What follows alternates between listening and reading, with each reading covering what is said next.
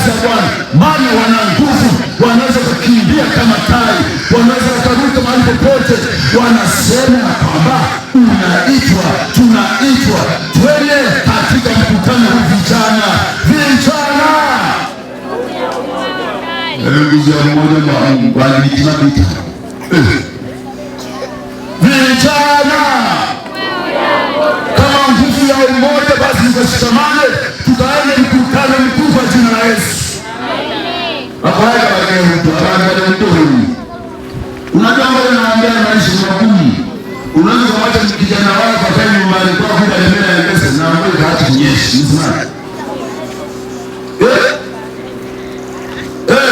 Unaweza kupambana ukamwona mbele ya Yesu kwa sababu ni Yesu mbele ya Yesu. Na mambo yanaje? Mkaja kufanya mkutano mkuu kwenye mkandana nao tena upya. Leo wewe. Ajenda kubwa ni nini? Tuacheni vijana kwa sababu na nguvu. Bwana anawahitaji, Bwana asifiwe. Bwana anawahitaji katika mkutano huu makini wa vijana, huko itubio na huko kwa kutumia Yesu. Maana Bwana nguvu. Wana nini? Wana nguvu. Nitaendelea kwa sababu na kutoa kwa wazazi wa waruhusu vijana wao wale mkutano mkuu. Bwana asifiwe. Na sijajua mfano msimu wa leo kwa kinyume wangapi. Ukijumlisha na mtawa kilao. Watu wao walimpatia mimi hapa na fahamu wachache. Ile leo sio tunatuma huku ni kweli. Lakini haitoshi. Tunatamani tusitamane jeshi la watakatifu wa Bwana wanaojifunza na matakatifu watiwe chachu kwa ajili ya kazi ya Bwana, maana wana nguvu. Mungu anawaita. Bwana asifiwe. Mungu anawaita ya kwamba tuende kufanya kazi ya Mungu. Kama tuna nguvu namna hii, tunaitwa ya kwamba bado na nguvu tutumike. Tunapopata mafuta ya kiroho kwa ajili ya kusimama kwa ajili ya kuongoza kanisa katika kizazi hiki. Wewe mzazi, wewe mlezi uliyeko hapa, nikutie moyo, mfanye kijana wako aweze kwenda mkutano huo, maana ni mkutano makini kwa jina la Yesu. Mkutano makini wa Efeso.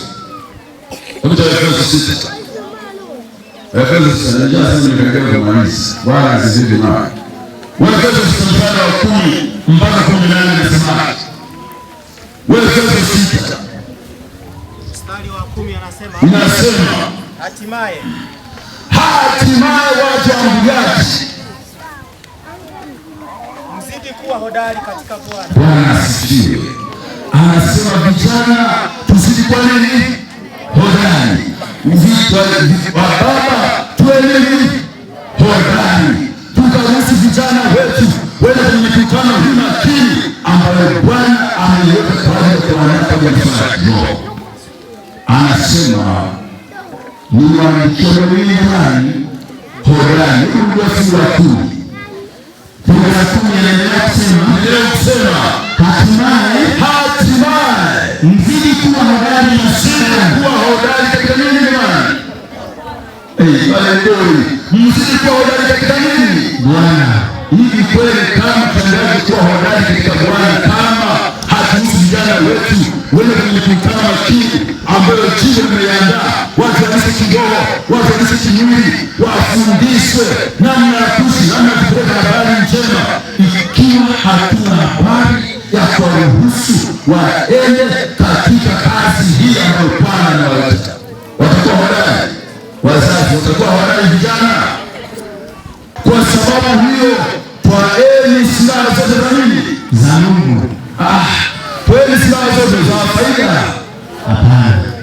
Twaeni silaha zote za nani? Za Mungu. Za Mungu. Silaha zote zipata wapi? Ni katika mafundisho, ni katika mikutano. Bwana asifiwe. Amen. Niwatie moyo vijana, nendeni mkajipange kwenda katika mikutano kwa jina la Yesu. Amen. Na Mungu atawabarikia. Na Mungu atawatekeleza kwa kadri ya fadhili zake. Tusipofanya hivyo, hapana asubuhi kizazi kinachoendelea. Achana kuwa ni tunaitwa kwa wakati, tutumike kwa ubora, na sisi tutumike kwa ubora, tuwapeleke vijana katika mkutano huu makini kwa jina la Yesu. Amen. Mungu atakubariki sana. Endelea kuishi. Anaendelea kusema mpate kuweza kushindana siku ya uovu. Mpate kuweza kushindana siku ya uovu. na mkisha kuyatimiza yote kusimama. Mtasimama. Bwana asifiwe. Mtu aliyebeba silaha za nguvu husimama.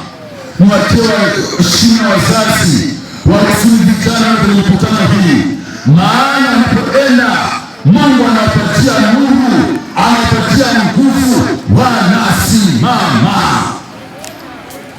Wanafanyaje? Wanasimama. Wanasimama.